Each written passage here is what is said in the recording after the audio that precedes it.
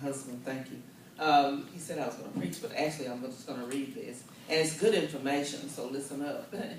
And what he's going to pass out today be good information also. Jesus had ascended to heaven. But before he ascended, he promised the believers that the believers would receive power and would be witnesses in all places. He promised to send the Holy Spirit into the world to become their teacher, their guide, their comforter. When the Holy Spirit finally came, everyone in the room had experienced great manifestation of God through signs and wonders. They all experienced genuine transformation in their lives.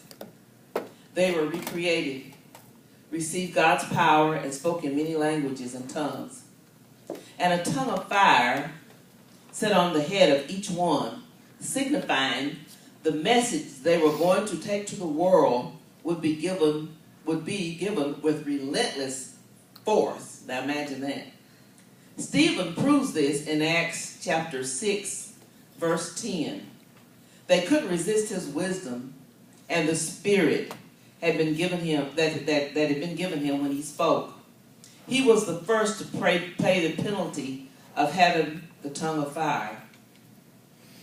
So now God had made it possible for the Holy Spirit to dwell in Christians, making his home in their spirits, in their human spirits, so that he might govern their actions, think through their minds, and love through them. The empowered church became bold in testifying about Christ as the only way to salvation. Every day the Lord added to them those who were being saved. Acts 1:3. Pentecost reminds us of the following things. The church is central in God's plan for mankind. Jesus died, was buried, and rose again to redeem his people, the church. The Holy Spirit guides the church and its members. The Holy Spirit empowers the church to grow and be a witness and channel blessings to all people, nations, and cultures. The Holy Spirit helps us individual Christians to become mature, holy, and to live fruitful and victoriously. We all need the Holy Spirit. Yes, amen. It's the third person of the Godhead. Yes. So we can let God guide us through our actions. Yes. God can think through us, Yes. through our minds, Amen. and he can love through us. Amen. Victory Christian needs the Holy Spirit so that we can fulfill our mission. Yes. The Holy Spirit who empowered the early church is the same as the Holy Spirit who is at work among us.